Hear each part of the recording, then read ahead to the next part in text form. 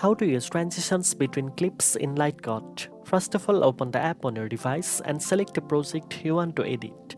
Once your clips are loaded in the timeline, look for the small rectangle icon between two clips. This is where you can add a transition. Next, browse through the available transition styles.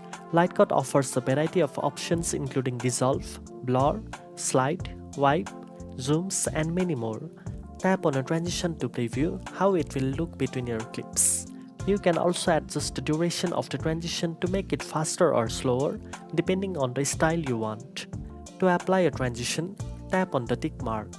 Preview your video to make sure the transitions flow smoothly and enhance your storytelling. Once you are happy with the result, save or export your video. Proper use of transitions helps your video feel cohesive, professional, and visually engaging. Now you know how to use transitions between clips in LightCut. If you found this video helpful, don't forget to like, share, and subscribe for more editing tips. Thanks for watching, and I'll see you in the next one.